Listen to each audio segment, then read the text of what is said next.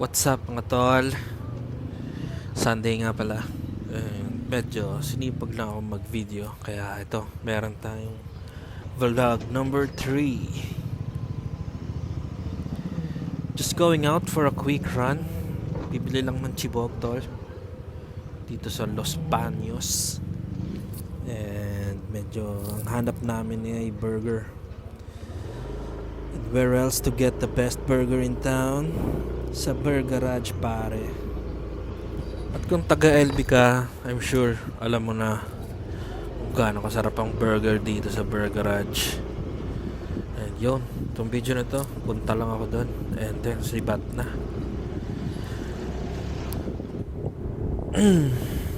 So, umuulan nga pala, no? Mula madaling araw. And medyo tanghali na nung humupa. Kaya ngayon medyo kulimlim pa. Alas 3 na ng hapon actually. Yan, medyo madilim pa yung langit. Kaya bibilisan lang natin kasi baka tayo abutin na ng ulan. Bawal kasing maulanan tong aking motor. Yeah. Meron nga pala kaming nakakasang ride this coming Sunday, October 13. And hopefully hindi masira ang plano ng weather kasi medyo maulan lately. So yun lang yung sigurong pipigil sa plano. Tingnan natin kung matutuloy. Masaya sana yung ride kung matuloy. Kaya sana makisama ang panahon. And also, uy, what up bro? Ayun, sana matuloy no. Kasi medyo pag nagplano kami ng ride mga 1 month before kaya pag hindi matuloy medyo disappointing. Baka maghintay na naman kami ng another month bago magkatugma-tugma ang schedule. So yun, sana praying.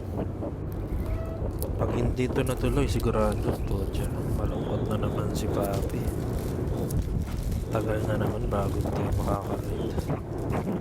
Minsan mga alam payagan.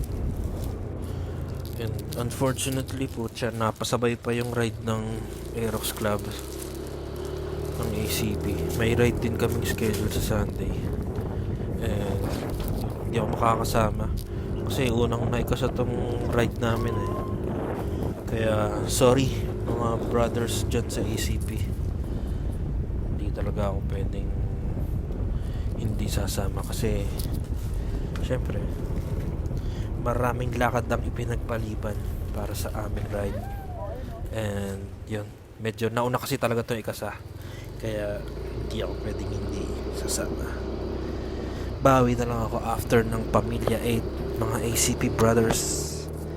Yung Pamilya 8, may ride ang ACP sa Zambales sa last week ng October.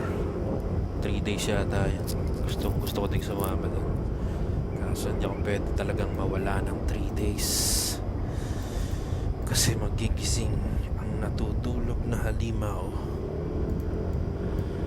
ang dragon sa aming bahay. Kaya negative talaga. Gustuhin ko man. Sarap sana nun Zambales po dyan. Mga gusto kong ride sobrang layo, kaso na hindi pwede. Iyak. Kaya sulitin ko na lang yung ride ngayong Sunday. We're scheduled nga pala to go sa I think ang plano is Jarials sa Infanta. Then baba kaming Real. So most likely more than half day ride itong mangyayari. Dati gusto namin napunta ng Real kasi sobrang ganda talaga ng lugar. And ngayon lang ulit kami makakabalik after more than a year for sure. Noon NMAX pa yung motor ko, doon lagi kami nasa Real. And yun, ngayon makakabalik na kami finally. Sana hindi maulan, although lagi namang naulan sa bundok, pero sana hindi siya maulan the whole way para masarap pa rin. Anyways, enough about the writing. I've been thinking kung magpapalit ba ako ng motor. Kaso habang nako-convince ako na ibenta tong Aerox ko, lalo naman siyang sumasarap sakyan. Naglalaway kasi talaga ako sa XSR at Fasio eh. Grabe, sobrang ganda. Gusto kong magkaroon ng pareho. Kaso hindi pa hintulutan ng dragon sa aming kuweba eh. Marami akong nakikitang XSR ganahan. Kaso parang mas gusto ko yung brand yung eh. Para wala sakit sa ulo. So kung ganun nga, siguro ibebenta ko tong Aerox. Then bibili ako ng XSR. Nagtingin na ako sa Yamaha eh. Yung metallic black. Wala na pala silang matte black ngayong 2024. Sayang yun, sana yung gusto ko. Yung matte. Tingnan natin kapag naumay dito sa Aerox. Sa 3K auto pa lang tong Aerox ko. Kaya kung gusto nyo, presyohan nyo na. Kung gusto nyo bilhin, we can talk. I'm always here. I'm always open. And I'm always looking for a new bike. Fuck, what the fuck? Sorry tol, nabagsak lang yung cellphone ko. So yun nga no. Kapag tinoyo talagang mabebenta ko tong Aerox. Isa din sa pumipigil sa aking ibenta kasi nga member ako ng ACP. So pag binenta ko to, automatically I'm out of the band. Pero maganda yung ACP. Masaya silang kasama. And mababait yung mga head namin, mga chapter heads. Shoutouts Papa Raymond, Papa Hermie, and Papa Julo. Maganda yung grupong kasama ko dito. Ang chapter kasi namin ay Los Baños and Bay chapter. So yun, medyo matagal nang hindi kami nakakapag-ride. Tapos ngayong may ride sa Sunday, hindi pa makakasama. Most likely mga November na ako ulit makakasama sa kanila. Sana kung nagkakaroon ng schedule. So yun, sana umabot ang ating Aerox sa November. We'll see. We'll definitely think about it.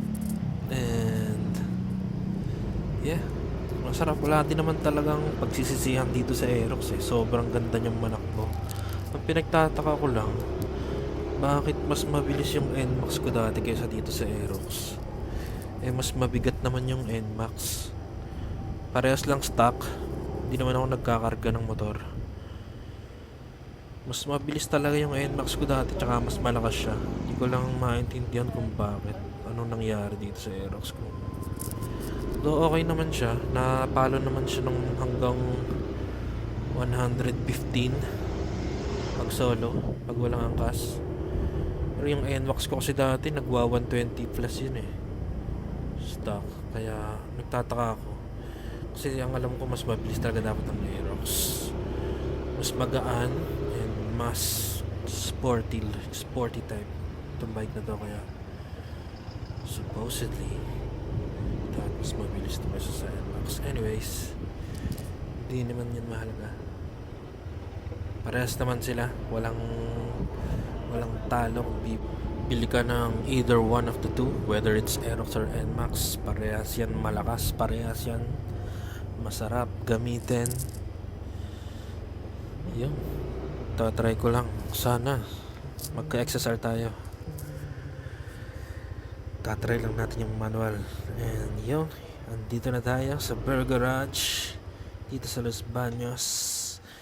Kuha ko ng konting picture sa loob para may pakita sa inyo kahit konti lang. Yun, kita-kits mamaya.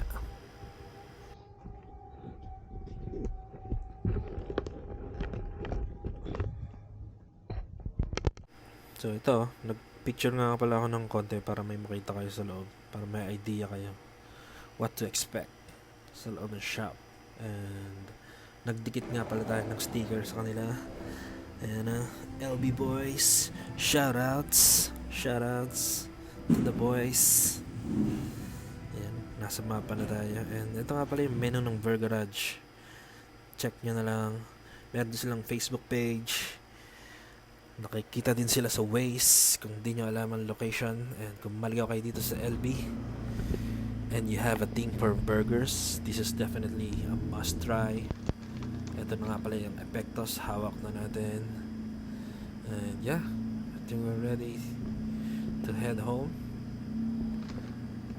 Looks like the video is gonna end soon. Kasya ba? Kasya ba yan? Okay, kasya. And yeah, malalaman natin kung anong mangyayari sa ating YouTube channel, kung magpapalit ba tayo ng bike. But for sure in the future, di ko lang alam kung kailan. Definitely magpapalit tayo. At for sure makakakuha din tayo ng XSR, whether brand new or second hand.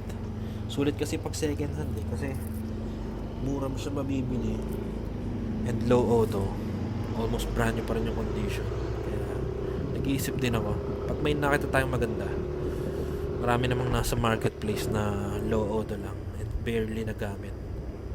So yun, pag nakakita siguro, hindi ko alam kung this year, maybe next year, we'll never know for sure. And may Mio nga pala si Macy's. So yun ang iniisip ko. Iswap ko din yung Mio sa patio para mayroon akong boat. Yung patio ang gagamitin ni Macy's. Bagay kasi sa babae eh. Kaya yun. Tingnan natin. Sana pagbigyan lahat ng ating mga cravings na motor. And we'll definitely see what will happen. And yun, tapusin ko na yung video dito mga tol. I guess salamat sa pagsama again. Kung umabot ka dito, fuck man, thank you very much. Don't forget to like, comment and subscribe. Yun, guess I'll see you guys on the next one. Peace bro. Kita-kits sa daan. Yeah.